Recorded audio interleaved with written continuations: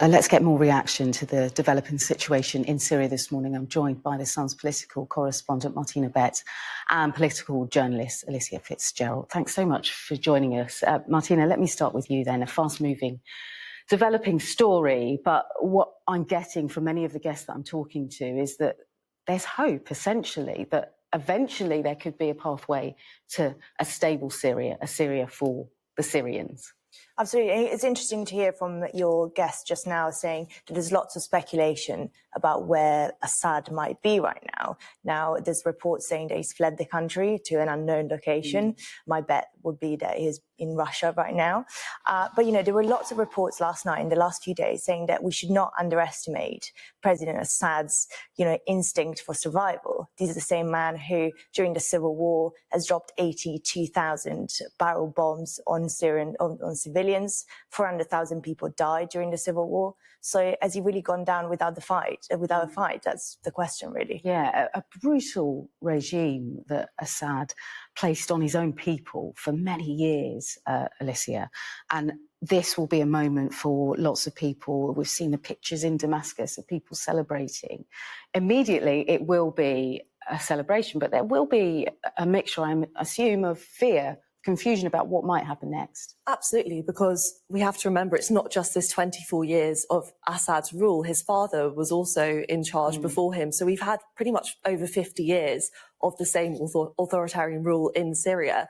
But although he was controversial and although lots of people are celebrating at the moment, it doesn't mean that it's without some hesitation. Obviously, the opposition is also quite controversial. Some of these groups used to be affiliated with al-Qaeda. They claim they are not anymore.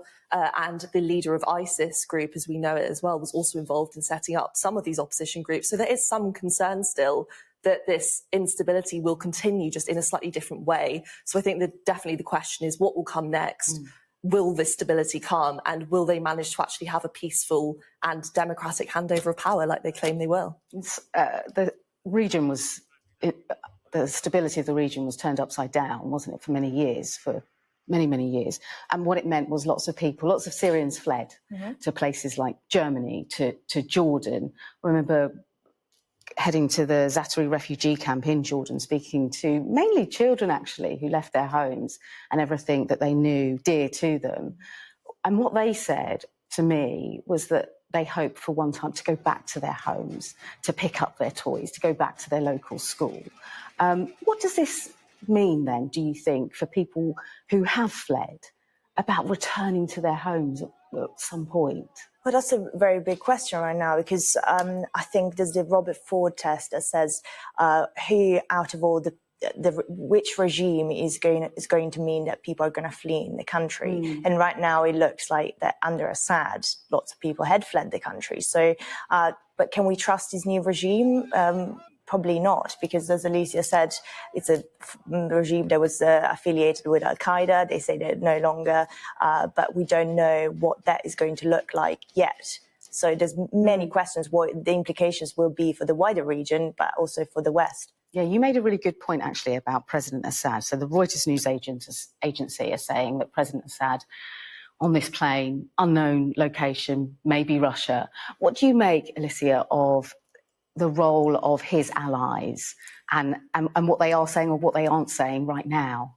Well, it's really interesting. The two main allies of Assad are obviously Iran and Russia, both of which clearly tied up into very large conflicts elsewhere at the moment. So timing-wise, it's going to be quite difficult for Assad, because these two people that he normally would rely on, these two states that he normally would lean on in a time like this, are just going to have their focus elsewhere at the moment. So I think Martina makes a good point. It's likely maybe he has gone to one of these regions where he knows that that's probably the safest place he could be at the moment. But in terms of the attention really being drawn to Syria and to what's happening for him and his position, I can't really see Russia or Iran putting as much focus as maybe they would had they not been tied up in their own conflicts at the moment. And then do you think, Martina, this will be top agenda for Keir Starmer in the coming weeks? Oh, 100%. I think the Deputy Prime Minister would be on the airwaves this morning. She would be asked about this and what it means. And it would be interesting to see what the incoming Donald Trump administration will do, because I think there's already reports and he's already said that he doesn't want to get involved. But what does it mean not getting involved? And going back to Keir Starmer, we talked about the civil war and what it meant for refugees. If there is an unstable situation in Syria, that would mean thousands of refugees coming to the UK. So, Okay, we'll leave it there. More from us after the break.